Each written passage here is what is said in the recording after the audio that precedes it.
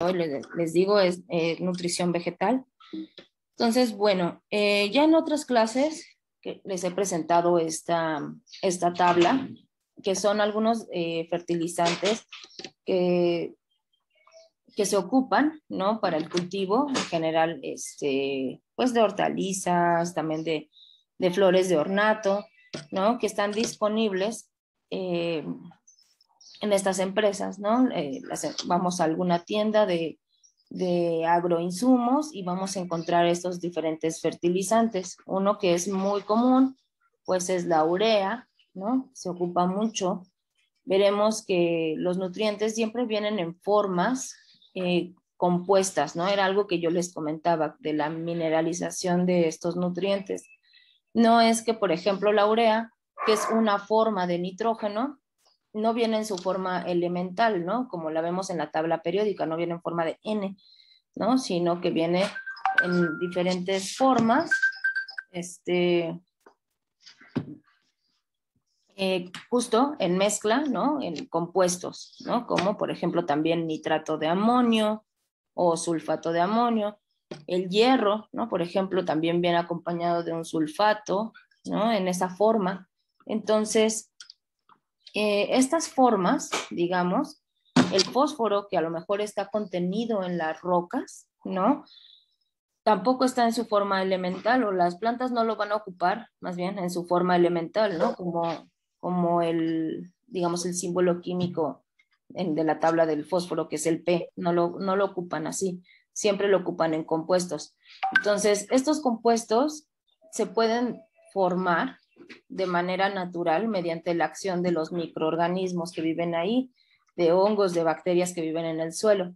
Sin embargo, pues estos procesos pueden ser tardados, ¿no? Y entonces por eso es que estas empresas pues los sintetizan de manera pues totalmente artificial pero entonces cuando nosotros lo aplicamos pues vemos resultados más o menos rápido, ¿no?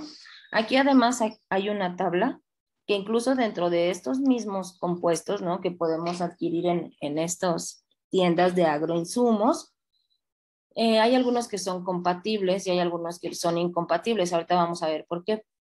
El nitrato de calcio, por ejemplo, no debe administrarse junto con el sulfato de amonio. Si ustedes quieren poner, es decir, observan una deficiencia de calcio en sus plantas, pues entonces, y ustedes están aplicando algún otro fertilizante, ¿no?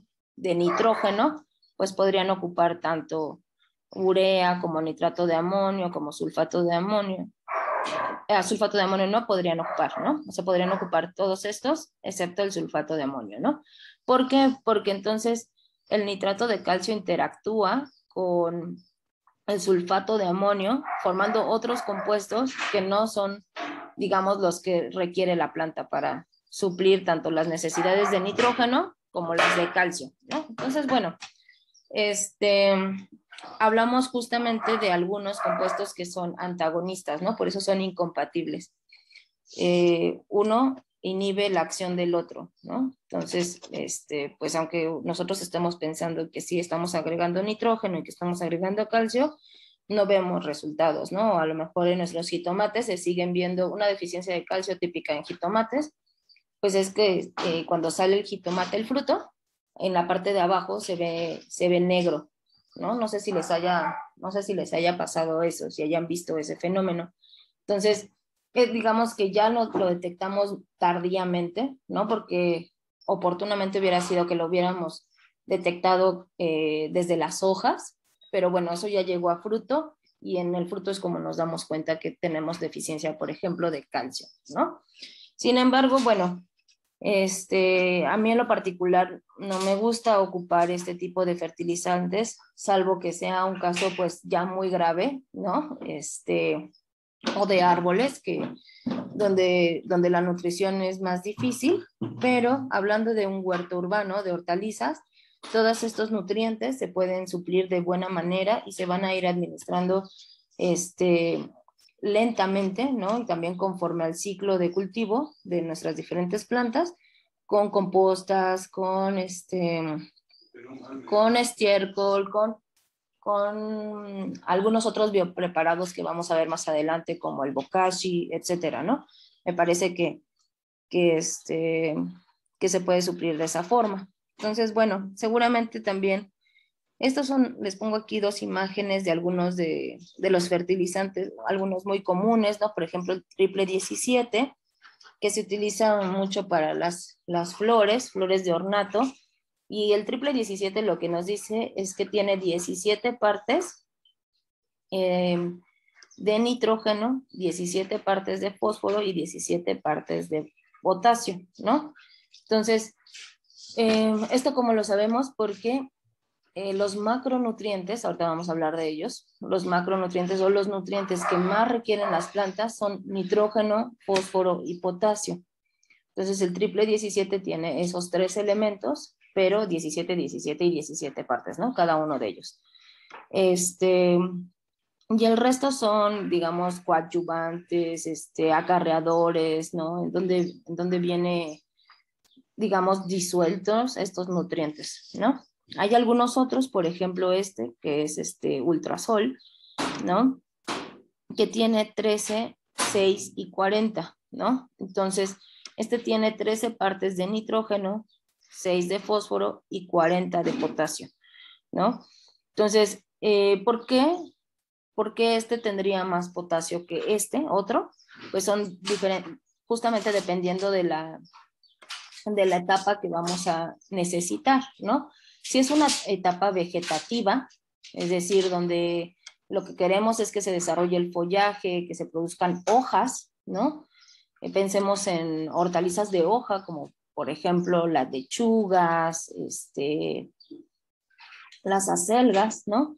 Ahí queremos que dé hojas durante mucho tiempo. Para el desarrollo de hojas necesitamos mucho nitrógeno, pero si estamos hablando de lo mejor de una planta como la caléndula o la lavanda, donde lo que aprovechamos generalmente son sus flores, pues en esa etapa de floración lo que más requieren es potasio, ¿no? Entonces, por eso es que se desarrollan diferentes fertilizantes en diferentes proporciones, ¿no? Por ejemplo, nos permitiría tener una mayor, a lo mejor se utiliza para producir flor o jitomate, ¿no? Por ejemplo, donde nos interesa que se desarrolle la flor y luego el fruto.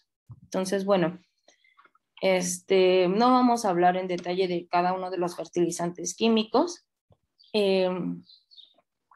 porque como les digo, no es mi intención promover su uso, pero y otra de las cosas, pues justamente es que el uso indiscriminado de estos fertilizantes, ¿no? O sea, pues a lo mejor si ustedes van a estas tiendas, ¿no? De agroinsumos y le dicen, pues es que, no sé, yo tengo un cultivo de fresas, ¿qué me recomiendas, no? Entonces ya, pues el técnico te dirá, pues ocupa esto y el otro, ¿no?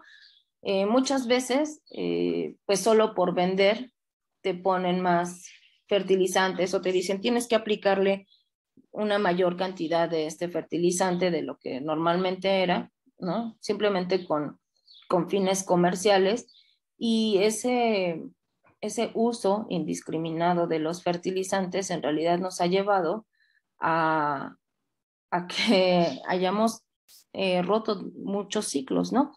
Este es un artículo ya del 2009, ¿no? Este grupo de investigación de Rockstrom hace estos análisis periódicamente, y lo que ellos ven son los límites de operación para la humanidad. Es decir, ¿qué tanto vamos cambiando nosotros en diferentes aspectos? Por ejemplo, en la contaminación química, ¿no? Por ejemplo, en la acidificación del océano, el cambio climático, los aerosoles, ¿no? Que son contaminantes de la atmósfera, cómo vamos acabando con la capa de ozono, ¿no? Y son diferentes aspectos que ellos miden. Y entonces en círculo verde, ellos dicen que es como los límites permisibles, ¿no? Que nos permiten como humanidad seguir habitando este espacio, ¿no? Que es la Tierra.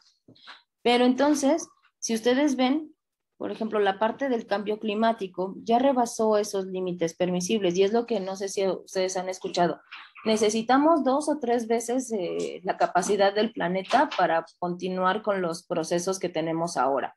Pues se refiere justo a estos, ¿no? Este es un límite, este sería un planeta Tierra, ¿no? Este sería un segundo planeta Tierra, este sería un tercer planeta Tierra, ¿no? Entonces, en realidad estamos rebasados, ¿no? Del cambio climático parece que ya no hay un punto de retorno. Esperamos que no lleguemos justo a aumentar los 2 grados. Ustedes a lo mejor también habrán visto este efecto del cambio climático en zonas que a lo mejor eran más frías antes y ahora ya no hace tanto frío, ¿no? Mucha de la gente que está en esto del cambio climático dice, pues ahora tenemos que habitar las zonas más altas, ¿no? Las más frías, porque eventualmente, pues por el cambio climático, las zonas, por ejemplo, las zonas bajas, ¿no? Las zonas cercanas a las costas, en realidad, ¿no? Como va a subir el nivel del mar, van a quedar hundidas, ¿no? Entonces, bueno, a lo mejor nosotros no llegamos a ver esos escenarios que son a lo mejor a 50, 100 años, pero pues es algo que sí le va a tocar a las siguientes generaciones, ¿no? Entonces, bueno, al respecto de cómo hemos abusado de estos recursos, acá hay uno que, por ejemplo, es la pérdida de biodiversidad, ¿no? Pero el que a mí me gustaría destacar en este momento, pues es justamente los ciclos del nitrógeno, los ciclos del nitrógeno y del fósforo. En este momento, hacia el 2009, ¿no? El ciclo del nitrógeno estaba totalmente excedido, véanlo, ¿no? Mientras que el del fósforo no tanto, todavía estábamos dentro de este límite, ¿no? Sin embargo, pues ya también está excedido. ¿Cuáles son las consecuencias de justamente de utilizar estos fertilizantes químicos, que como yo les decía, en su mayor proporción es nitrógeno, fósforo y potasio, ¿no? Entonces, son estos y que están obviamente asociados a la agricultura, por los cuales hemos rebasado estos límites. ¿Qué pasa cuando aplicamos en exceso un fertilizante? Pues sí, la planta va a estar muy verde, muy bonita, ¿no? Muy frondosa. Sin embargo, el exceso se va a lixiviar, ¿no? Ya decíamos que cuando llega el agua, el exceso de ese nitrógeno va a ir pasando por todas las capas de la tierra hasta llegar al manto freático.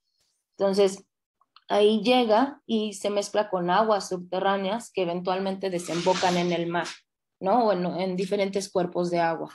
Y entonces lo que observamos, pues, es justamente estos escenarios, ¿no? No sé si ustedes hayan visto, parece que el mar ahí se está lavando, ¿no? Una espuma tremenda. Esto es consecuencia de un exceso de fósforo, por ejemplo. Y ya desde hace muchos años, a lo mejor ustedes también ven en los productos de limpieza, en el jabón, particularmente el que se utiliza para lavar ropa, dice que es un detergente libre de fosfatos. No sé si lo hayan visto o si tienen oportunidad de ver alguno de estos, marcas como Persil. Recuerdo que fueron de las primeras que yo vi que decían, este es un detergente libre de fosfatos, ¿no? Porque pues también nosotros al lavar nuestra ropa, ¿no? Y liberar toda esa carga, a pesar de que pasa por aguas de tratamiento, plantas de tratamiento en algún punto, en las ciudades, ¿no? En muchos otros lugares no sucede así, ¿no? Entonces quedan esos fosfatos libres, empieza a haber esta cantidad de espuma, ¿no? Y también pues un crecimiento algal desmesurado, ¿no? A las algas les encanta, igual que a las plantas, el fósforo. El fósforo es un elemento limitante del crecimiento, tanto en plantas como en algas, ¿no? Entonces, ocurren estas explosiones algales. Y, y lo que hacen las algas es, como yo no sé si ya les había comentado, no tienen un límite, ¿no? No se miden en el crecimiento. Y entre más fósforo tengan, más crecen, más crecen, más crecen. Y entonces ellas mismas con su biomasa empiezan a limitar, para empezar, la entrada de luz hacia otras profundidades que otras plantas o algas, ¿no? Que a lo mejor vivían en el sedimento, pues ya no se desarrollen también van limitando el acceso del oxígeno hacia adentro, entonces empiezan a morir peces y empiezan a haber procesos pues ya de putrefacción, ¿no? Al final terminan acabando con algunos cuerpos de agua, ¿no? Terminan por secarlos porque de verdad es que no se controlan, no controlan el crecimiento y pero esto es justamente porque estamos virtiendo una cantidad enorme, ¿no? de nutrientes. Nosotros, por ejemplo, en las ciudades, como decía, al lavar nuestra ropa y no tratar esas aguas, y en el campo sobre todo, el uso indiscriminado de fertilizantes, que la parte que no, se sabe que hay un desperdicio al menos del 50%, ¿no? Entonces, si se aplica 1 kilo de urea en el campo, medio kilo se va al suelo y hacia los mantos freáticos, ¿no? Por acá Betty nos dice, anteriormente en los canales de agua en la carretera México-Pachuca se veían así, ¿verdad? Como espumosos. Y pues sí, o sea, lo que pasa es que los fosfatos, pues sí ayudan a generar como esta espuma, ¿no? Y mucha gente, no sé, al menos mi abuela, ¿no? Decía, si hace espuma, pues sí limpia, pero la capacidad de limpiar de un jabón no radica en la cantidad de espuma que hace, pero pues como que se quedó muy grabado, al menos en esas generaciones, que si no hacía espuma, no limpiaba, ¿no? Entonces, pero pues trae graves consecuencias en realidad esto, ¿no? Entonces, bueno, regresando a las plantas nosotros le ponemos, ¿no? Diferentes, por ejemplo, aquí hay un nitrato, ¿no? Imaginemos ese compuesto que veíamos anteriormente. El nitrato de calcio se disocia, ¿no? En la forma de nitrato y en la forma de calcio, ¿no? Se disocian cuando están en contacto con el agua y una vez disociados pueden entrar por las raíces, ¿no? Entran en particular por los pelos radiculares. Estos pelos radiculares, nosotros podemos distinguir la raíz principal, ¿no? Y verán raíces secundarias y verán unos pequeños pelitos, ¿no? Que salen tanto de la raíz principal como de las raíces secundarias, y esos son los pelos radiculares.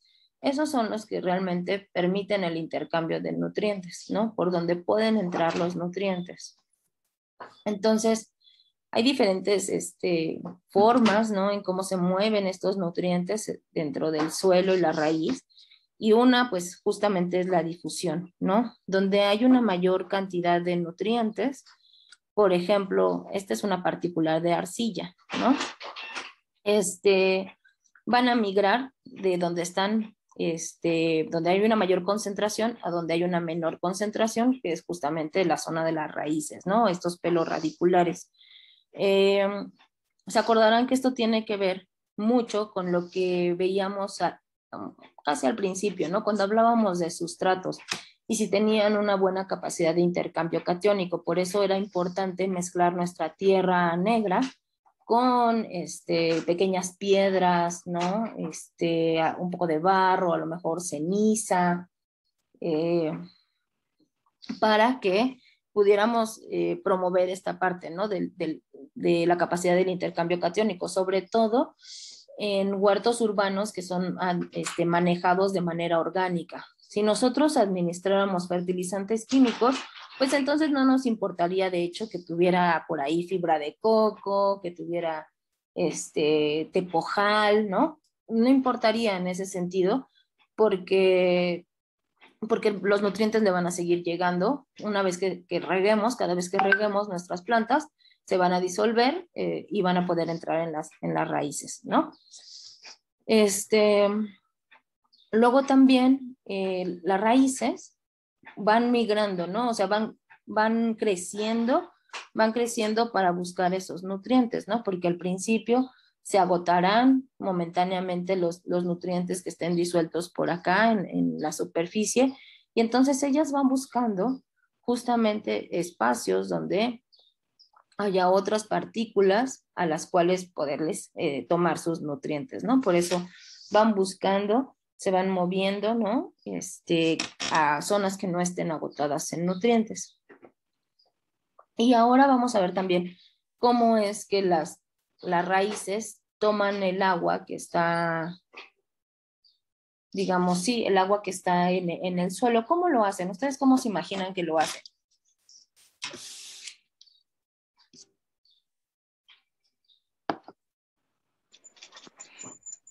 Parece que es por el equilibrio de iones y cátodos, ¿no? Algo así, ¿no? Que como que si hay mayor cantidad, entonces el agua se absorbe, ¿no? Algo así, ¿no? Un poco, ese es el fenómeno de difusión, ¿no? Pero las plantas, déjenme ver si es la que sigue, las plantas van a tomar agua como si fuera un popote, ¿no? O sea, necesitan una presión.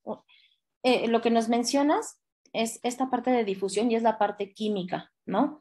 Digamos, solo como por difusión o por una especie de osmosis, ¿no? O sea, van a migrar los nutrientes de una mayor concentración a una menor concentración, pero digamos que ese fenómeno está limitado. La forma principal por la cual las raíces toman agua y por lo tanto los nutrientes es un fenómeno más bien físico, ¿no? De presión negativa. Ustedes piensen cuando toman agua con un popote, ¿no? Como que ustedes succionan, ¿no? Entonces jalan y eso crea una presión negativa y entonces el agua fluye de abajo del vaso hacia su boca, ¿no? Pero, permítanme.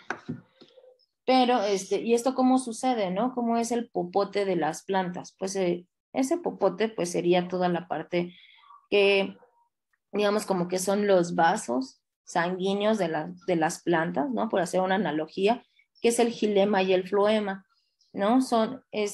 Eh, que están, pues, obviamente en todo el tallo, ¿no? Desde la raíz, todo el tallo hasta la última hojita, ¿no? Entonces son estos canales que permiten el intercambio de aguas, ese sería como el popote. Pero entonces, ¿qué hace que haya una presión negativa? Es justamente la evaporación. Cuando una planta suda, ¿no? Pierde agua, entonces eso genera una presión negativa, que entonces ahora intenta jalar el agua de otro lugar, ¿no? Por eso es importante que las plantas, además de, digamos, de, de que van a hacer fotosíntesis y que requieren la luz solar, pues también requieren evaporar agua, ¿no? Si no evaporan, si no sudan las plantas, entonces no pueden jalar esta agua, ¿no? Junto con sus nutrientes, ¿no? Que acá están los pelos radiculares que decíamos, ¿no? En este esquema también hay algo importante a destacar, que son los estomas. ¿Saben qué son los estomas?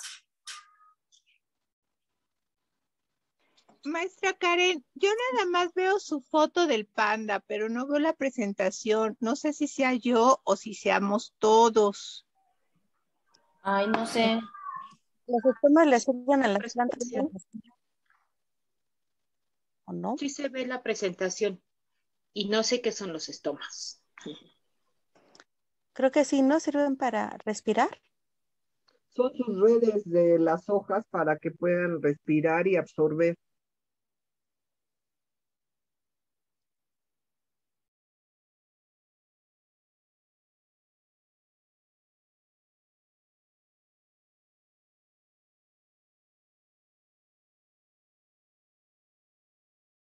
Exacto, es que está pasando aquí el de los colchones, traigo un rudero, pero sí, es justamente el sistema, digamos, de intercambio gaseoso, ¿no? De las plantas. Entonces, los estomas los vamos a ver, este, justamente como pequeños hoyitos, abren y cierran dependiendo, pues, justamente del día, ¿no?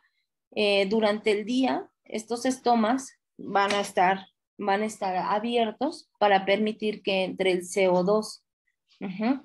El CO2, el dióxido de carbono, ¿no? Que por eso también dicen que las plantas nos ayudan a limpiar el ambiente, es porque ellas van a estar fijando ese CO2, ¿no? Lo van a estar ocupando, ellas ocupan ese carbono para hacer fotosíntesis, ¿no? Me voy a adelantar tantito, ahorita regreso a eso.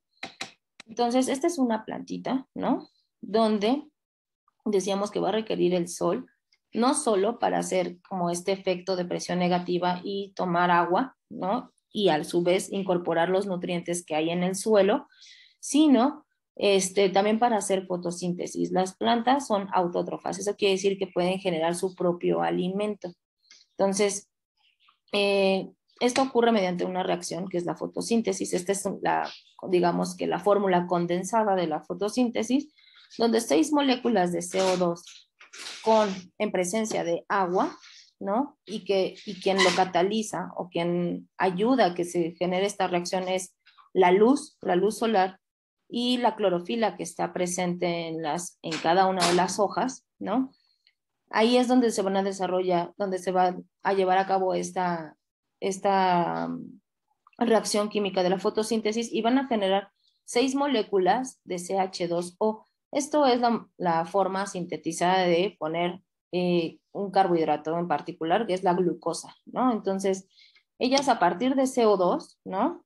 Que para nosotros es, de hecho, un contaminante, es un gas de efecto invernadero, las plantas lo ocupan para generar glucosa, para generar todo, bueno, digamos como base de su metabolismo, ¿no? A partir de esa glucosa van a poder hacer aminoácidos, van a poder hacer sus hormonas, van a poder participar también en procesos para duplicarse, ¿no?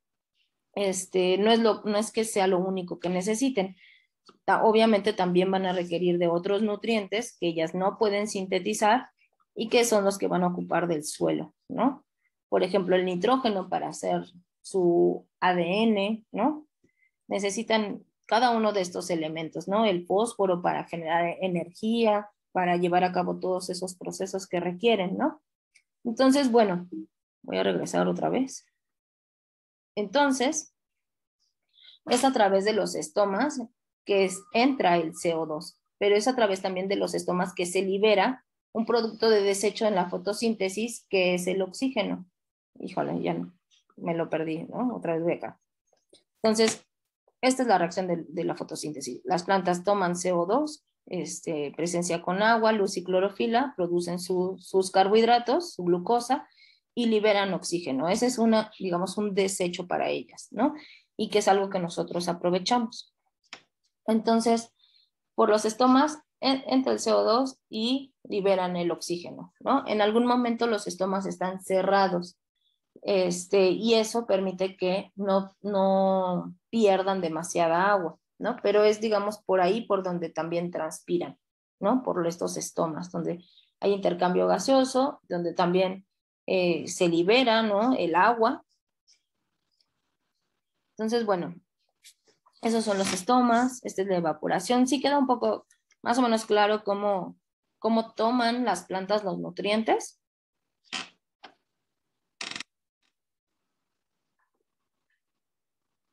Sí, gracias. Que debe ser a través de las raíces, ¿no? De los pelos radiculares, y esto tiene que ver con un proceso, digamos, sí químico, ¿no? De difusión de nutrientes, de donde hay más van a ir hacia donde hay menos, que es hacia a los pelos radiculares, pero que también requiere un fenómeno físico, que haya presión negativa para que el agua fluya, ¿no? El agua junto con sus nutrientes. Ok, entonces, aquí adelante pongo las diferentes formas en las que los nutrientes son absorbidos por las plantas.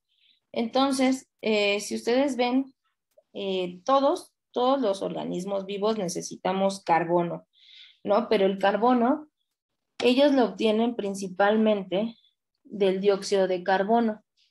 Y entonces es ahí donde yo les pregunto, ya ven que, por ejemplo, la composta tiene un alto contenido de carbono, ¿no? De hecho, la vemos, es negro, la tierra negra, y siempre asociamos como lo que está muy oscuro con una alta presencia de carbono. Entonces, si las plantas ocupan el carbono en forma de CO2, es decir, del aire, del ambiente, ¿por qué nosotros ponemos ese carbono en nuestras compostas? ¿Para qué? Pues para oxigenar, ¿no? No parece lógico, ¿no? No, o sea, digamos como una especie de nutriente.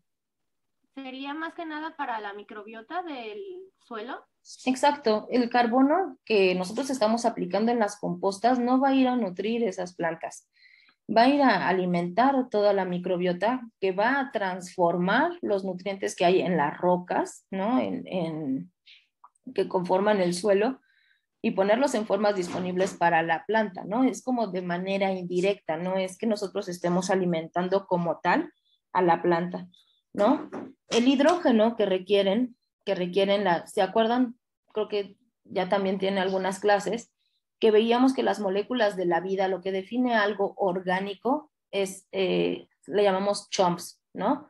Que es el carbono, el hidrógeno, el oxígeno, nitrógeno, fósforo y azufre, ¿no? Esas son, digamos, las moléculas de la vida, ¿no? De la vida orgánica. Entonces, el hidrógeno, que también es muy importante para todas las estructuras que nosotros formamos, lo va a tomar a través del agua, ¿no? De la disociación del agua. El oxígeno que requieren lo van a tomar también de la disociación del agua y del oxígeno como tal, ¿no? Habrá algunas reacciones que requieran oxígeno, aunque no es que las plantas respiren oxígeno, ¿no? O sea, no es así, sino como en algunas rutas metabólicas se requiere oxígeno y de ahí lo van a tomar, ¿no? De la ruptura principalmente del agua. El nitrógeno lo van a tomar principalmente en forma de amonio, que es NO4 o de nitratos, ¿no? De nitratos, de nitritos, de amonio. Esas son las formas en las cuales van a tomar el nitrógeno. Les digo, no es de manera elemental, ¿no? Solo el N, sino que tiene que estar en compuesto asociado con hidrógeno o asociado con oxígeno. El fósforo, ¿no? Que es muy importante para muchos procesos de energía en la célula, lo va a tomar de un fosfato, ¿no? Fosfatos diácidos, fosfatos de amonio también, ¿no? Hay diferentes formas en las cuales el fósforo se asocia tanto a hidrógeno como nitrógeno, son diferentes formas, ¿no? El potasio sí lo toma de manera elemental, ¿no? El calcio puede estar en compuesto, ¿no? Tanto con nitrógeno como solo, ¿no? El calcio, por ejemplo, carbonatos de calcio, que son sustratos que se ocupan mucho en las costas, se pueden disociar y se pueden tomar así totalmente, digamos, tal cual de la roca, ¿no? Cuando esté en contacto con el agua, se va a solubilizar y se puede absorber en su forma, digamos, elemental, que es el catión, ¿no? El ion calcio. El magnesio también, ese se puede tomar de esa forma. El azufre sí tiene que estar en compuesto, ¿no?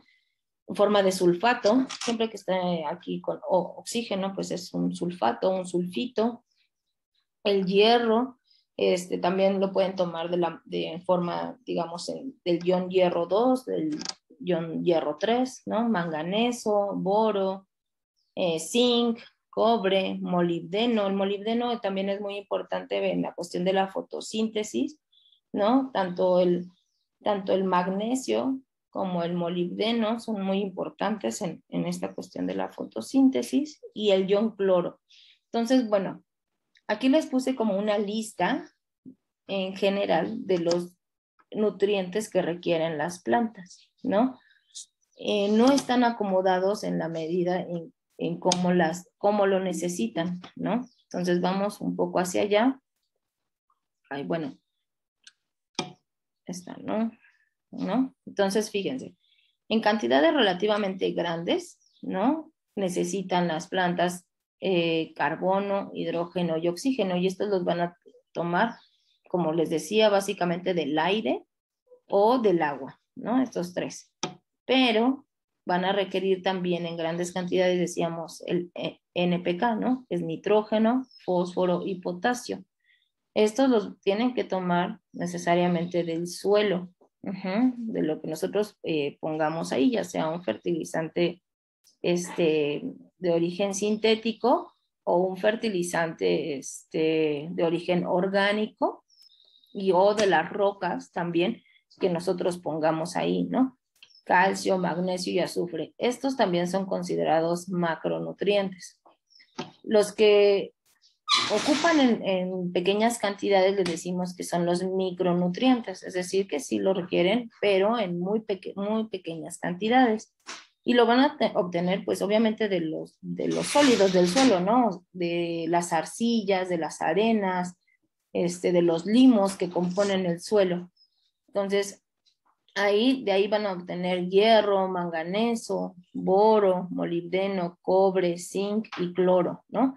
Por eso es que es importante, otra vez retomo, lo de la parte de las rocas y mezclar tepojal, poner tezontle en la composición de nuestras macetas, ¿no? Porque una tierra negra que fue, digamos, extraída de algún monte, tiene bastante materia orgánica, sí, eso va a ser bueno, pero eso no va a nutrir necesariamente a la planta, ¿no? Y no sé si les haya pasado que hayan comprado una plantita, y que vienen en bolsitas, ¿no? En bolsitas negras, y que después de un rato, pues se les muere, ¿no? Y ustedes dicen, ¿pero por qué? Si yo la he estado regando, tiene buena exposición al sol, ¿no? O sea, ¿qué pasa? Pues justamente es que ya no tiene algunos de estos nutrientes que son importantes para desarrollar todas sus funciones, ¿no? No hay ahí esos sólidos del suelo, es básicamente pura materia orgánica. Y entonces hay algunas plantas, ya muy específicas, que van a requerir, no sé, por ejemplo, ciertas cantidades de sodio, de silicio, de cobalto, de vanadio, ¿no? Estos metales. Y entonces, ¿qué lo requieren para justamente hacer otro tipo de fotosíntesis, ¿no? Por ejemplo, a algunas plantas les gusta, de hecho, el sodio, como a las coles, los brócolis, ¿no? Entonces, pero son algunas, ¿no? Muy particulares. En general, estos son los nutrientes que van a requerir. Y bueno, solo para no saltarme la diapositiva previa, les comentaba que estas transformaciones, ¿no? O sea, por ejemplo, en el caso del nitrato, que decimos que el nitrógeno es uno de los elementos importantes para el crecimiento de las plantas, ¿no? ¿Cómo se forma el nitrato de manera natural, ¿no? Pues el nitrógeno, ¿no? Que está en el ambiente, está en forma de N2. Este nitrógeno se fija a través de bacterias que viven en el suelo, ¿no? Ellos lo fijan y después lo transforman en forma de amonio. En esta forma de amonio la planta ya lo puede ocupar, ¿no? Pero también si se queda en el suelo, hay otras bacterias que son bacterias nitrificantes que forman nitratos, y de esta forma de los nitratos también ya lo pueden asimilar las plantas, ¿no? Hay otras bacterias que lo que hacen es denitrificar este nitrato y entonces lo regresan a su forma elemental, que es N2, ¿no? Entonces vean cómo cierran el ciclo, pero son básicamente bacterias que forman tanto amonio como nitratos, ¿no? Entonces, estas bacterias, como decíamos, pues requieren algún tipo de sustrato para comer, ¿no? Y por eso es que nosotros abonamos, por ejemplo, ya sea con una composta, ¿no? O estos desechos de este conejito, pues se van a degradar y van a alimentar también a estas bacterias que pueden formar también nitratos, ¿no? Y es, digamos, la forma natural, ¿no? O sea, lo que ocurre en la naturaleza para tener tanto amonio como nitratos. También puede ser que nosotros simplemente compremos una bolsa, como decíamos, y ya lo apliquemos en forma de nitrato, de urea, ¿no? Y las plantas también lo van a poder asimilar. Pero vean que estos procesos ocurren también de manera natural y son un poco más lentos, ¿no? Pero hay un ciclaje que no permite que haya como una sobreproducción, ¿no?, de nitrato que después se infiltre al manto acuífero, ¿no? Cuando hay demasiado nitrato, pues habrá seguramente la presencia de bacterias denitrificantes que regresen ese nitrógeno a la atmósfera, ¿no? Es algo, digamos que son ciclos más saludables para el ambiente, ¿no?, en general, pero bueno. Entonces, acá, en esta otra vez regresando al esquema de la fotosíntesis, de los nutrientes, ¿no? Aquí, en esta imagen, ponen a los elementos primarios, secundarios y micronutrientes. Como les decía, estos, el NPK, siempre los van a ver como que son macronutrientes o elementos primarios, ¿no? Porque se requieren en mayor cantidad. Después, tal vez el calcio, el azufre y el magnesio, ¿no? Serán algunos elementos nutritivos aquí en esta clasificación secundarios que se requieren bastante, pero no como estos primeros, ¿no? Y ya en mucho menor cantidad, pues hierro, cobre, zinc, boro, manganeso, cloro, molibdeno, níquel. Esta es otra representación, ¿no? Creo yo que más común que el anterior de primario o secundario, ¿no? Y micronutrientes como macro y micronutrientes, casi siempre se habla así, ¿no?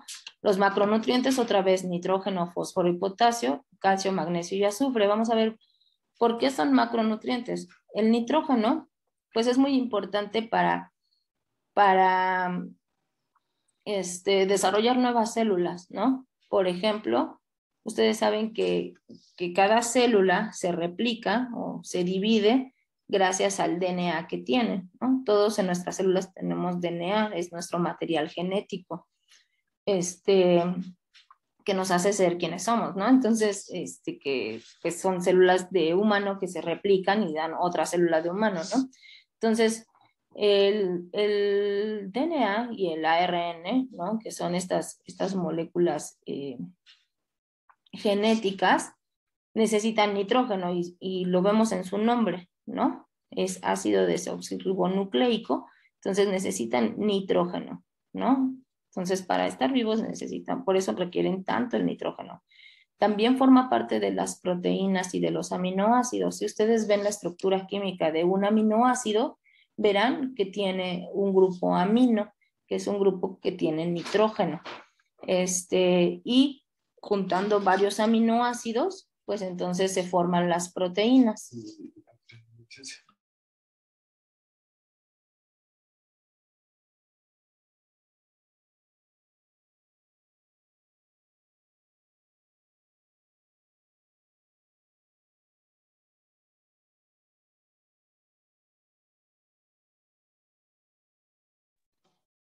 Ok, entonces, entonces forma parte, digamos, de la base de las células, ¿no? Que es el DNA.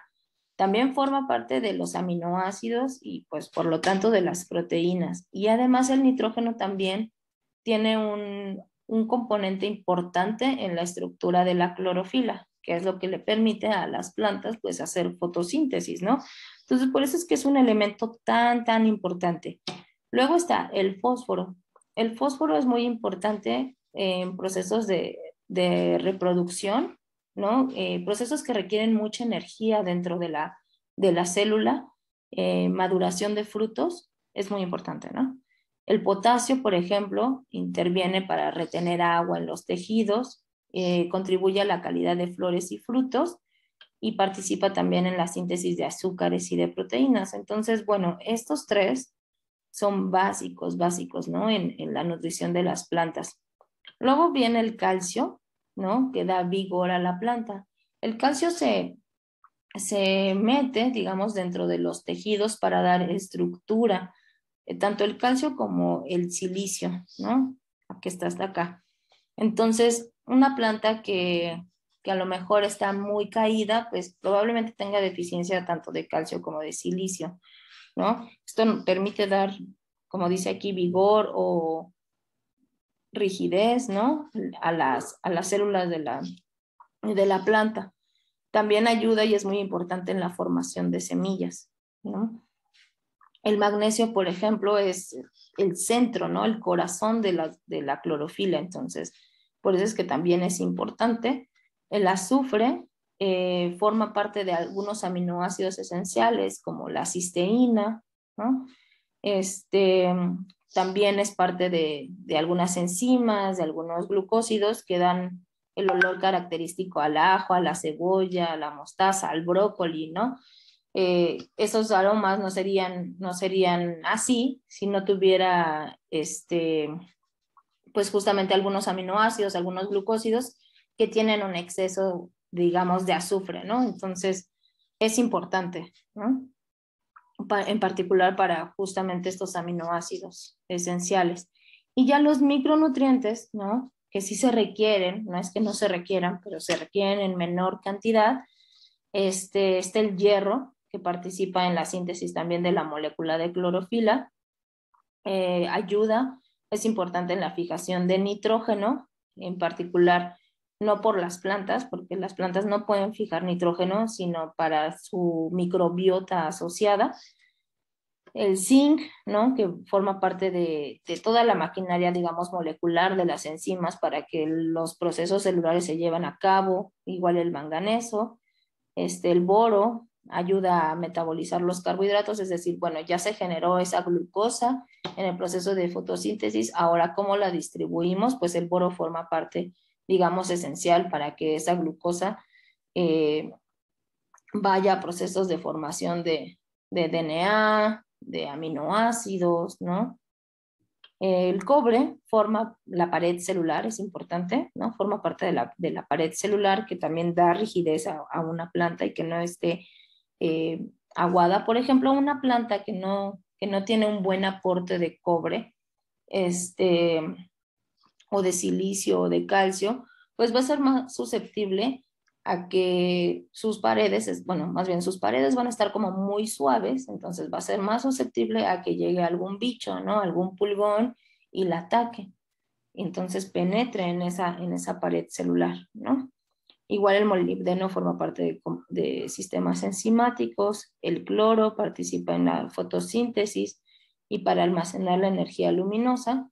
Esto porque las plantas tienen como ciclos de luz y oscuridad, ¿no? Entonces tienen momentos en los que abren los estomas para incorporar el CO2 y después hacer fotosíntesis, que le llaman ciclo luminoso o el ciclo oscuro. A lo mejor se acuerdan o no de las clases de fotosíntesis y les dieron, ¿no? Del ciclo luminoso y del ciclo oscuro.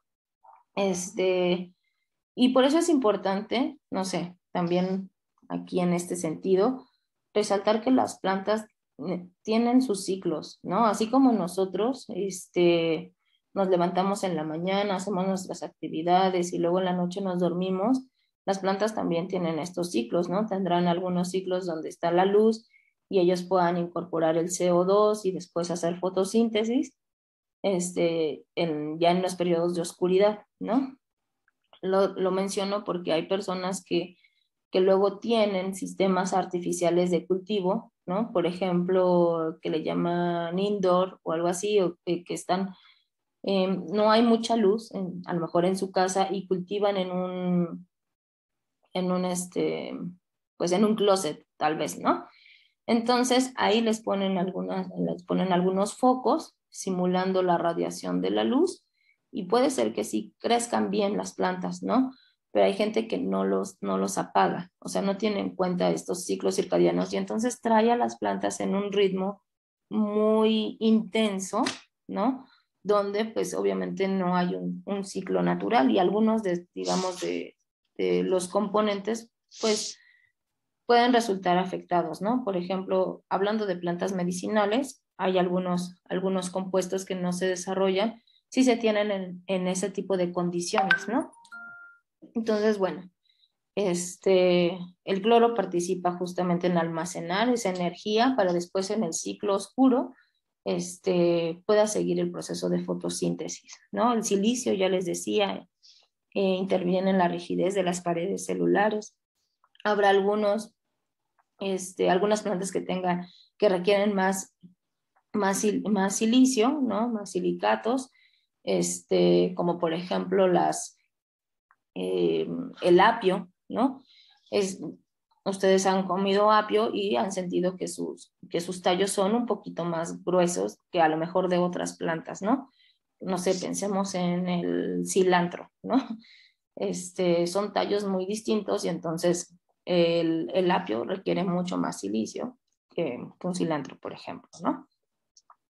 Y el sodio, que ayuda a regular la presión osmótica, es decir, que las células no se pierdan tanta agua, ¿no? Decíamos de los estomas. Entonces los estomas se abren y se cierran también en presencia de algunas bombas moleculares que se llaman las bombas de sodio y de potasio, ¿no? Entonces esto tiene que ver con retener líquidos. A lo mejor, y también lo pueden asociar cuando ustedes consumen productos con alto contenido de sal, empiezan a retener líquidos, se les empiezan a lo mejor a hinchar las piernas, las manos, ¿no? Porque lo que hace el sodio es atrapar esa agua, ¿no? Que no se vaya. Entonces, eso pues también tiene un papel, juega un papel igualmente en las plantas, ¿no? Para retener esa humedad y no se desinflen las células. Entonces, bueno,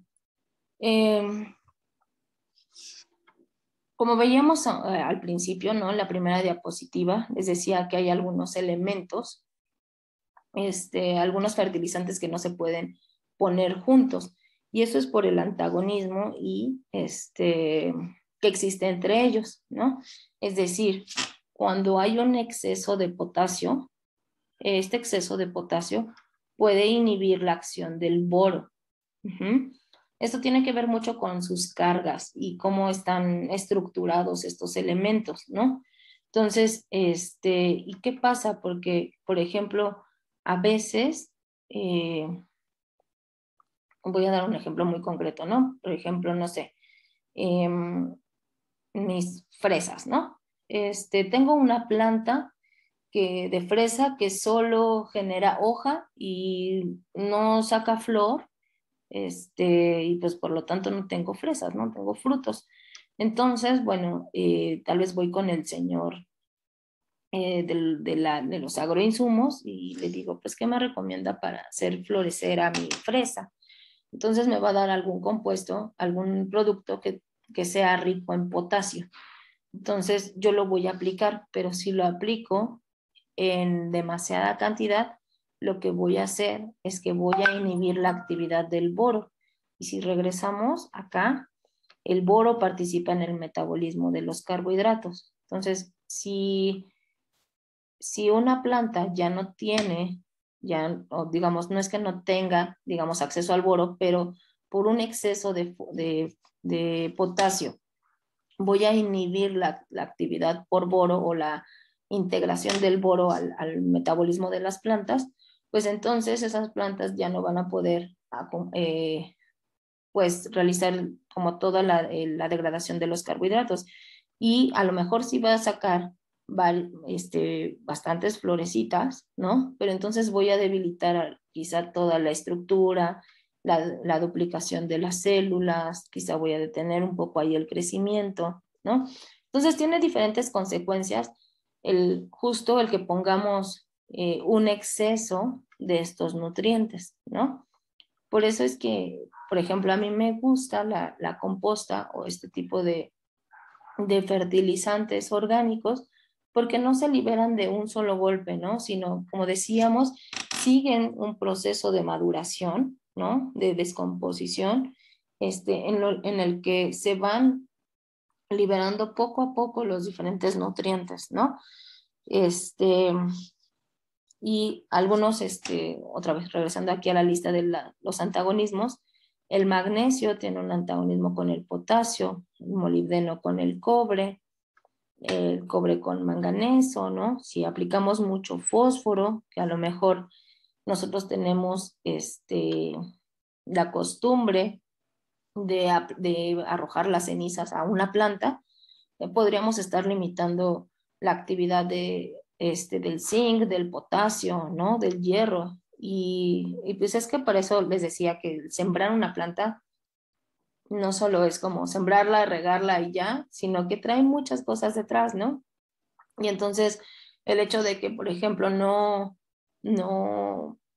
veamos, digamos, ya las repercusiones, ¿no? No saca flor o se le caen las hojas, los frutos son muy pequeños, ¿no? Pues tiene que ver obviamente todo esto con los nutrientes, ¿no? ¿Qué estamos aplicando? A lo mejor le estamos aplicando mucho más de boro, ¿no? Entonces, como dijimos, tiene un antagonismo acá con el potasio, ¿no? Estos microelementos es difícil que los administremos demasiado. A lo mejor el calcio no tanto, porque yo sí he visto que hay una costumbre también de aplicar mucho, por ejemplo, cascarón de huevo, ¿no? Entonces, bueno, todos los excesos son malos, ¿no? Porque el calcio, por ejemplo, también podría estar inhibiendo la floración, ¿no? O en este caso, por ejemplo, también tiene un antagonismo con el amonio. Entonces, que es una fuente de nitrógeno. Entonces, puede ser que entonces nuestras plantas empiecen a ver amarillentas, que no den flor, ¿no? Entonces, eso podría ser una consecuencia de una práctica que nosotros tengamos, que pensemos que no estamos afectando. Uh-huh. Uh-huh. El café tiene bastantes minerales, que son buenos. Yo te recomendaría el café, el café es muy fácil que se degrade, sobre todo como, por ejemplo, como nosotros ya lo consumimos, molido, ¿no? Lo puedes enterrar en una parte o poner con un poco de suelo y esperar al menos una semana, ¿no? Para que los microorganismos de ahí también vayan desagregando esos nutrientes que estén ahí. Y ya después es como una mini composta súper rápida de café y después ya lo puedes poner en tus plantas. Yo lo haría así, más que poner como tal el pocillo, ¿no? Ya el bagazo del café, una vez que ya lo ocupaste, más que ponerlo sobre la planta, yo te aconsejaría como que lo precompostes un poco, ¿no? Ponerlo con un poco de tierra y de verdad en una semana ya está bastante bien.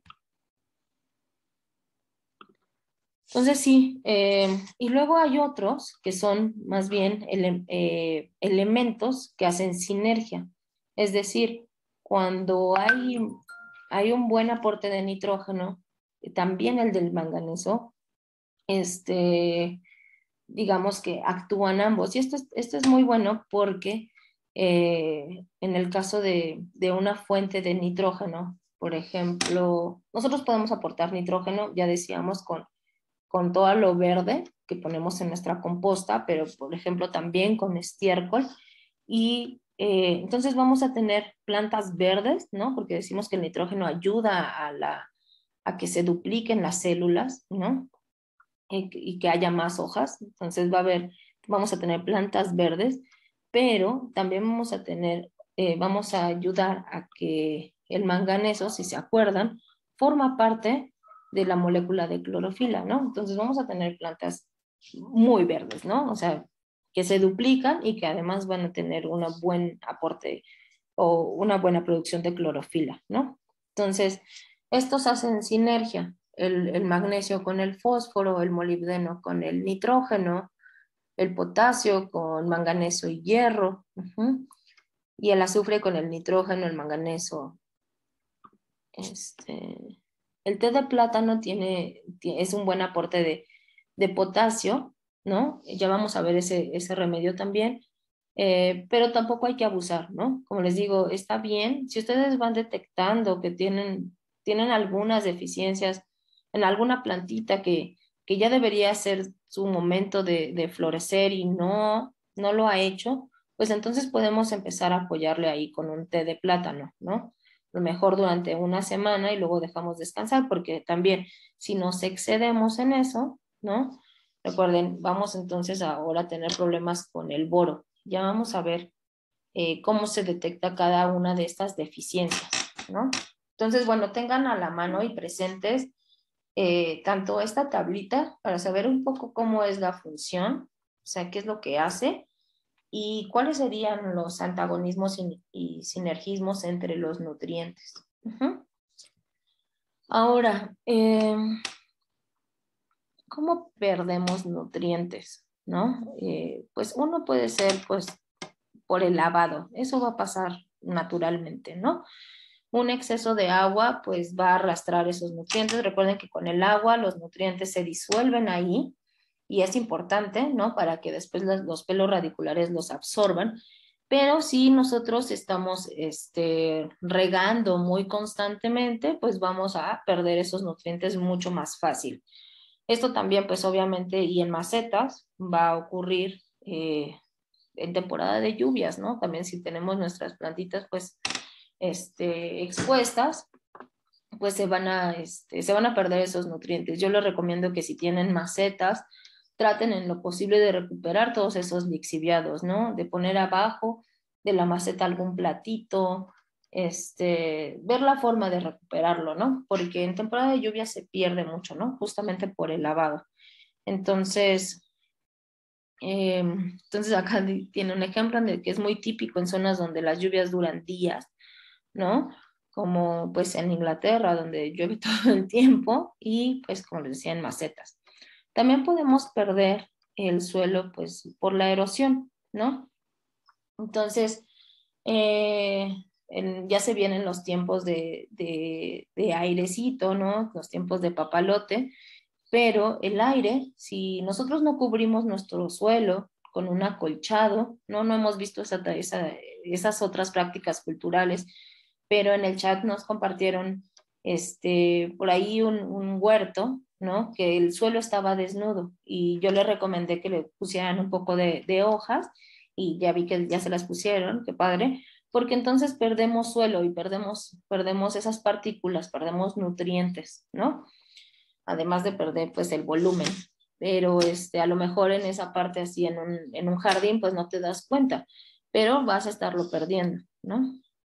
Entonces puede ser erosión por aire, por lluvia,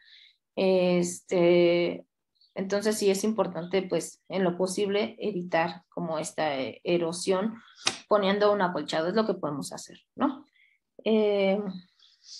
Entonces también pues y las plantas, ¿no? Obviamente las plantas conforme van creciendo pues van tomando esos nutrientes, ¿no? Acá pongo que pues cuando los arrancamos nos llevamos esos nutrientes, ¿no? Que es lo que nosotros queremos, que se queden en la planta y que después se queden en nosotros,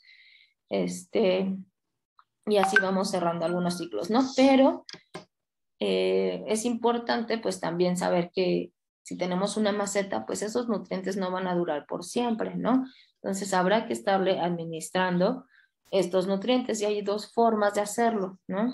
Hay dos términos, uno que es abonar, que es aportar los nutrientes, tanto los macro como los micronutrientes, de forma frecuente al suelo, sin tener en cuenta su fertilidad a largo plazo ni otros aspectos importantes, como la biología o las capacidades físicas. ¿A qué les suena esta parte de abonar?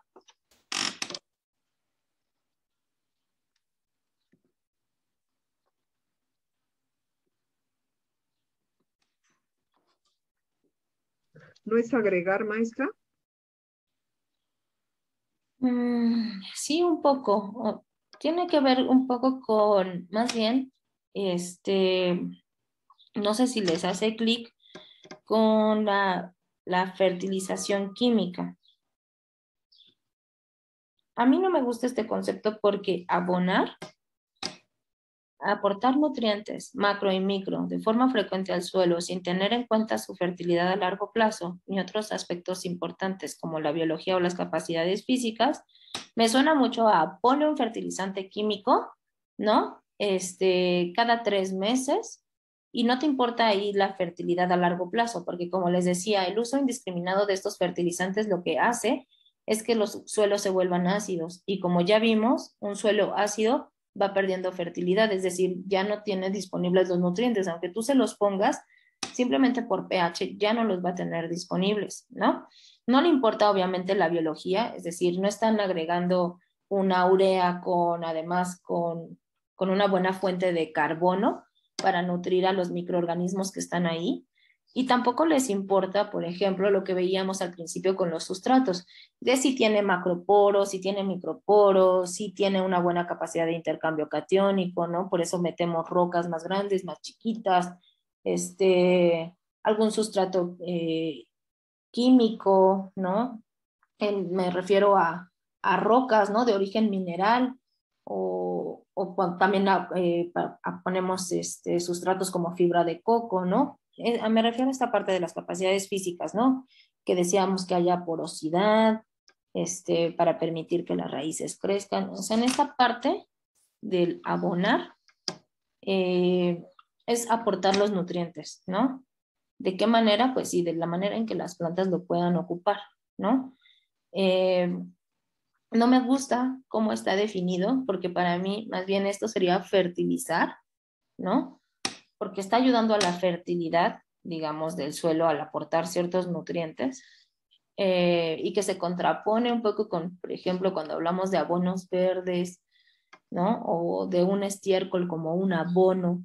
Pero bueno, así está definido en la literatura, pero es una es abonar y la otra es fertilizar, ¿no? Donde conseguimos que el suelo, tanto a nivel químico, ¿no? O sea, el contenido de nutrientes, como físico, ahí viendo la cuestión otra vez del microporo, que si las rocas, que si las arcillas, ¿no? O sea, vemos la estructura, un poco más la estructura del suelo, biológico, el que tenga una buena carga microbiana, ¿no? Microorganismos, bacterias, hongos que puedan transformar esos elementos que nosotros vamos poniendo en a partir de nuestros desechos, ¿no? De nuestros residuos, ellos lo puedan transformar. Entonces aquí, y que mejore año tras año gracias al aporte de materia orgánica presente en los abonos orgánicos. No sé si queda claro esta diferencia entre, digamos, en la literatura lo que llaman abonar y fertilizar.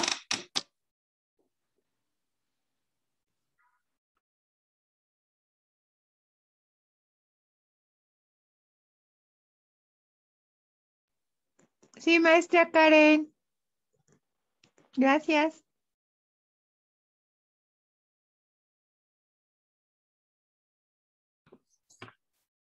Ok, bien. Sí, porque esto es como pensar muy en corto plazo, ¿no? En que mis plantas crezcan, no tengan ninguna deficiencia y yo pueda tener una cierta producción garantizada, ¿no? Pero no me importa qué es lo que le va a pasar después a ese suelo, ¿no?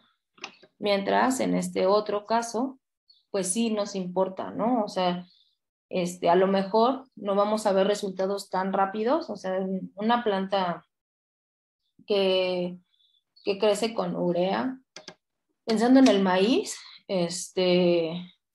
pues a lo mejor se puede desarrollar hasta en 90 días, ¿no? Pero a lo mejor una que lo manejas con un cultivo orgánico puedes llegar al mismo rendimiento, pero tal vez en un poquito más de tiempo, ¿no? Pero no te dañaste el suelo, no dañaste como tal la fertilidad de ese suelo, no lo contaminaste, ¿no? Con a lo mejor un exceso de nutrientes. Entonces, bueno, a mí en particular me gusta más pues esta visión, ¿no? Sin embargo, sí entiendo que en algunas circunstancias pues se tenga que aplicar esta otra, ¿no? Pero pues sería un cambio de paradigma que viene ya desde la Revolución Verde, ¿no? Ya desde hace muchos años, que va a ser difícil cambiar. Dice Edgar, abonar es mantener el suelo, fertilizar es cuidar el suelo. Sí, se puede ver así. Exacto. Mantener en el sentido de que también yo lo veo como que tienes que aportar más, ¿no? O sea, como que tienes que estar ahí pensando como en un hijo, ¿no? O sea, a lo mejor, a ver si les gusta esta analogía, ¿no? Digamos, cuando tú tienes un hijo y es menor de edad, pues tú lo tienes que estar manteniendo, ¿no? Le tienes que estar dando de comer, mandándolo a la escuela, comprándole sus libros, ¿no? Y fertilizar sería, o sea, como tú enseñas a lo mejor a ese hijo a que se vaya ganando la vida, ¿no? Entonces, esto te va a costar además, como económicamente va a ser más costoso y siempre tendrías que estar ahí, ¿no? Poniendo estos nutrientes y esto, La verdad es que sí es muy complicado al principio. Los cultivos orgánicos requieren mucho trabajo al inicio, pero ya después van a ver que casi que se hacen solos, ¿no? Sí requiere mucho al principio, pero ya después, son muy sencillos. Entonces, bueno, vamos a ver esta parte de cuándo tenemos que aplicar. Vamos a hablar solo de algunos nutrientes. Ya vamos a ver en nuestra siguiente sesión las deficiencias, ¿no? Pero bueno, ¿cuándo debería o cuándo las plantas requieren más nitrógeno? ¿No? Decíamos que el nitrógeno ayuda a la replicación de las células, ¿no? Entonces, obviamente necesita nitrógeno en una fase de crecimiento de la planta, ¿no? Para que desarrolle más hojas. Al principio en primavera, ¿no? Plantas perennes para promover el crecimiento de brotes nuevos, ¿no? Las plantas perennes son esas que tenemos todo el año, por ejemplo, algunos chiles, ¿no? Los chiles son perennes, todo el tiempo están, digamos, verdes, pero a principios de primavera es bueno aplicar como un fertilizante, ¿no? Nitrogenado. Cuando los semilleros presentan, cuando en los semilleros, cuando tenemos un almácigo, a lo mejor los pusimos solo a germinar en un sustrato tipo peat moss que retiene bastante bien la humedad, pero cuando ya sacaron sus primeras hojitas ya necesitan nitrógeno, ¿no? Ese peat moss no le va a aportar nitrógeno, entonces habrá que ponerlo pues ya en suelo que sí tenga nitrógeno o a ver cómo le aplicamos, ¿no? En el trasplante va a ser importante, ¿no? Para que la planta se establezca. Y si vemos cualquier planta que tiene un aspecto amarillento, se ve raquítica, ¿no? Es un indicador de falta de nitrógeno. ¿Cuándo no hay que aplicar nitrógeno? Cuando estamos en temporada de flores y frutos, ¿no? O en época de sequía. Entonces, en la temporada de flores y frutos, sobre todo son el nitrógeno, el fósforo y el potasio quienes tienen que estar presentes, ¿no? Si nosotros tenemos mucho nitrógeno en la temporada de flores y frutos, vamos a tener una planta, por ejemplo, esta de jitomate, llena de plagas. Un abuso del nitrógeno hace que lleguen estas plagas. Entonces, bueno, la aplicación dijimos cuando aparecen las primeras hojas y las hojas pierden ese color verde, se vuelven amarillas, ¿no? En plantas que, digamos, que no están directamente en suelo, se recomienda, por ejemplo, cada 2 semanas, ¿no? ¿Qué tipo de...? Vamos a ver cómo suministrar nitrógeno de manera más orgánica, ¿no? O con compuestos que nosotros podamos conseguir, que no sea un fertilizante de síntesis química, ¿no? El fósforo, ¿cuándo aplicar el fósforo? Le decía que tiene que ver mucho con los frutos, ¿no? Entonces, en fases de floración y fruto requieren una buena entrada de fósforo. Al principio del crecimiento, decimos que es de los macronutrientes, entonces necesita tanto nitrógeno como fósforo. En el trasplante, para favorecer que las raíces se desarrollen, el fósforo también ayuda a eso, ¿no? Si ustedes también tienen problemas por ejemplo, con injertos, ¿no? Que no desarrollan raíces, también un poco de fósforo puede funcionar, ¿no? Ahí para favorecer el enraizamiento. Las hojas que no tienen fósforo, ¿no? Una deficiencia de fósforo también se presenta con verde pálido y los bordes amarillos o puntas quemadas. Eso ya lo vamos a ver con más detalle en nuestra siguiente sesión. Hay que evitarlo en plantas aromáticas o en hojas de ensalada, ¿no? Porque vamos a hacer que se vayan a floración, ¿no?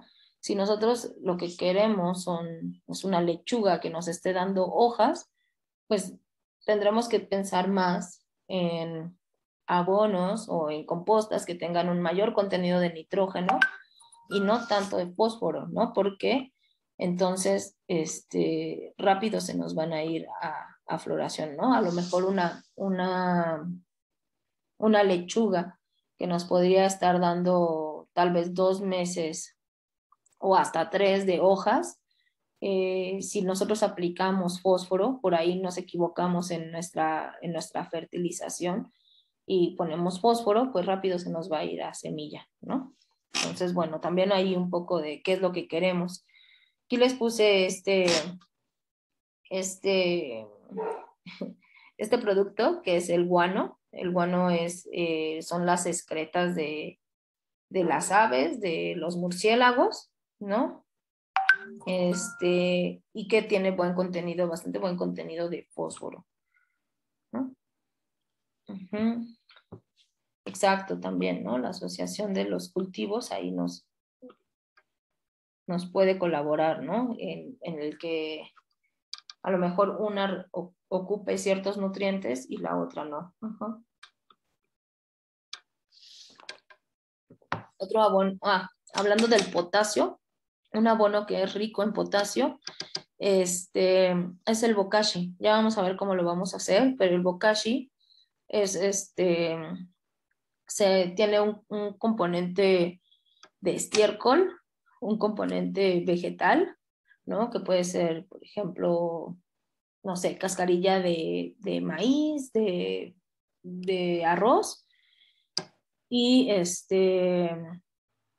un inóculo, por supuesto, ¿no? Que puede ser un bokashi previo, pueden ser microorganismos de montaña, pueden ser simplemente tierra, ¿no? Y requiere ahí como también meterle mucha energía, ¿no? Se pone una fuente de azúcar, miel o melaza. Pero bueno, ya vamos a ver cómo se elabora. Pero el bokashi es un fertilizante orgánico muy rico en potasio, ¿no? Entonces también va a ser importante para ponerlo cuando ya es la época de floración y fruto. Entonces, se aplica, por ejemplo, una vez cada 2 semanas a partir de que empiezan las flores, ¿no? Para que no les falte y no tiren, ¿no? Parte no sé si ustedes han visto esto, de que se caen las flores, pues justamente es porque les hace falta potasio, ¿no? Entonces tenían un buen equilibrio, les permitió generar las flores, pero eventualmente se les acabó ese potasio, entonces tiran su flor, ¿no? Pues ya no pueden continuar el proceso. Se puede poner también junto con el humus de lombriz en momentos de sequía o de estrés, ¿no? El potasio ayuda mucho, como en esta decíamos, ¿se acuerdan que les decía de las bombas de sodio y de potasio? En retener la humedad, ¿no? Entonces, obviamente un abono rico en potasio va a ayudar. El humus de lombriz también es rico en potasio, ¿no? Y también puede ser al momento del trasplante o unas semanas posteriores al trasplante para ayudar, como decíamos, estos son los 3 macronutrientes, nitrógeno, fósforo y potasio, para la estabilidad de la planta. Ok. Entonces, ustedes pueden ir empezando también a pensar en los momentos, ¿no? A lo mejor aquí ponen como el desarrollo fenológico, es decir, el almácigo, ¿no? En etapa de almácigo, en etapa de trasplante, no sé, el primer mes o en primavera o en verano o en otoño, ¿no? Y entonces empezar a armar un esquema de fertilización, ¿no? Como Entonces, por ejemplo, yo requiero poner potasio en el trasplante, ¿no? En épocas de sequía u olas de calor, en época de floración, ¿no? Y aquí se puede alternar una fuente rica de potasio como el bokashi con humus con humus de lombriz o composta, ¿no? O a lo mejor con otro biopreparado, ¿no? Que tenga una buena cantidad de fósforo, o incluso ceniza, ¿no? La ceniza tiene también una buena cantidad de fósforo. Entonces, ¿cuándo aplicar cada uno de estos, ¿no? El humus de lombriz, por ejemplo, es importante en el trasplante, aplicar después de lluvias intensas, ¿no? Siempre la fertilización es mejor después de lluvias, ¿no? Porque ya dijimos que las lluvias lo que van a hacer es lavar lo que le pongamos, ¿no? En primavera o en verano, añadir a la capa superior para que se vaya filtrando poco a poco. De forma regular en los huertos, en recipientes y plantas de interior, ¿no? Siempre va a ser importante que podamos poner humus de lombriz o composta. El nitrógeno, importante cuando salgan las primeras hojas verdaderas, ¿no? Que ya habíamos platicado de esto, ¿no? Pero cuando germina una planta salen las primeras hojitas, que son los cotiledones, y esas no las llamamos hojas verdaderas, sino cotiledones, que sea dicotiledonia, tendrá 2. Si es monocotiledonia, tendrá solo una hojita, ¿no? Y cuando ya salga, ahora sí, la primera hoja verdadera, ¿no? Que sería la tercera, entonces habrá que poner un poco de nitrógeno, ¿no? Algún sustrato que ya tenga una buena carga de nutrientes, ¿no? Podría ser con composta también. El nitrógeno hay que alternar hasta que aparezca la flor, ¿no? Una vez que aparezca flor, ya no vamos a fertilizar con algún compuesto, algún fertilizante nitrogenado, ¿no? Por ejemplo, si nosotros tenemos una fuente de estiércol, estoy pensando en gallinaza o por ejemplo, en estiércol de conejo, que me parece que serían como las más comunes de encontrar aquí en la ciudad, al menos que vivan cerca de una caballeriza, como es mi caso, ¿no? También podrían tener estiércol de caballo. Pues los estiércoles son muy ricos en nitrógeno, ¿no? Entonces, esos hay que evitarlos cuando aparezca la flor. Entonces, bueno, vamos a ir armando poco a poco también nuestro esquema de fertilización, o como a ustedes más les convenga, ¿no? Yo los dividiría algunas que son las plantas perennes, ¿no? Que se guían más por ciclos de primavera, verano, otoño, y aquellas que son las de ciclo, que son más bien de temporal, ¿no? Como las lechugas, en general casi todas las del huerto son plantas que van a tener su ciclo y se van a morir, ¿no? Y que después, a menos que nosotros dejemos algunas para semilla, pues vamos a poder repetir los ciclos, ¿no? Y entonces en ellas hacerles un esquema de fertilización de acuerdo a su etapa fenológica, ¿no? La fenología es cómo van creciendo. Primero son puro crecimiento vegetativo, en algún momento llegará la floración, luego viene la fructificación, y ya dependiendo si es una planta para semilla, pues la dejarán hasta que crezca la semilla. Por ejemplo, las acelgas, ¿no? Las acelgas pueden tardar hasta 2 años en darnos semilla. Entonces, esa tendrá que tratarse también de otra forma, que si es una acelga que simplemente se va a cortar y se va a consumir, ¿no? Entonces, pueden ir pensando un poquito. Este es un esquema, digamos, sencillo, que incluye los 3 microelementos, ¿no? Y que yo creo que con esto es suficiente, salvo que vean algunas ya deficiencias muy particulares de los microelementos, que los vamos a ver ya en nuestra siguiente sesión, cómo identificar la deficiencia de boro, de calcio, de hierro, de azufre, cobre, manganeso, zinc, molibdeno, ¿no? Estos microelementos que ya no hemos visto ahorita, ¿no? Lo que sí no debe faltar, pues, es que entendamos bien al menos estos primeros 3, ¿no? El nitrógeno, el fósforo y el potasio, saber que son los que más requiere la planta, pero que lo requiere en diferentes partes de su crecimiento, ¿no? Sus diferentes fases. El nitrógeno muy al principio y luego fósforo y potasio más bien